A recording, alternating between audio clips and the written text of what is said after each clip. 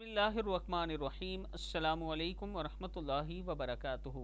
اگر رزق کی تنگی سے تنگ آگے ہیں تو پھر وہ تسبیح کریں جس کی برکت سے روزی دی جاتی ہے، اللہ تعالیٰ کرم فرماتا ہے۔ ایک صحابی حضور اکرم صلی اللہ علیہ وآلہ وسلم کی خدمت اقدس میں حاضر ہوئے اور رزق کی تنگی کے بارے میں بتایا اور عرض کی، دنیا نے مجھ سے پیٹھ پھیر لی ہے۔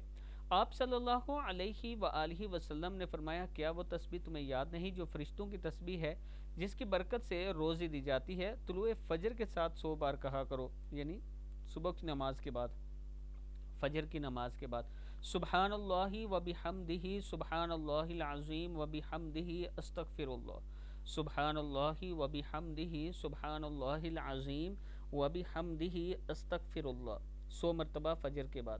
اکثر لوگ مجھے میسج یا کال کر کے یہ کہتے ہیں کہ ہم تو 10 دن ہو گئے یا 15 دن ہو گئے، ہم نے یہ دعا پڑھی تو ہمیں کوئی فرق نہیں پڑا۔ آپ لگاتار اس کو پڑھتے رہیں، انشاءاللہ کچھ عرصے میں اس کا رزلٹ آئے گا انشاءاللہ۔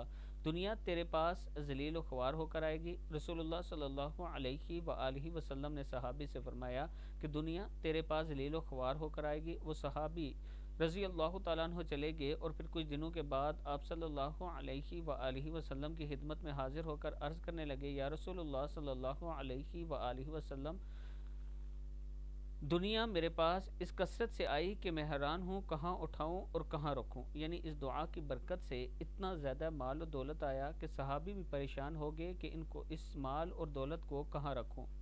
صبح کے وقت یہ دعا پڑھ لیا کریں، اللہ تعالیٰ کا کرم ہوگا۔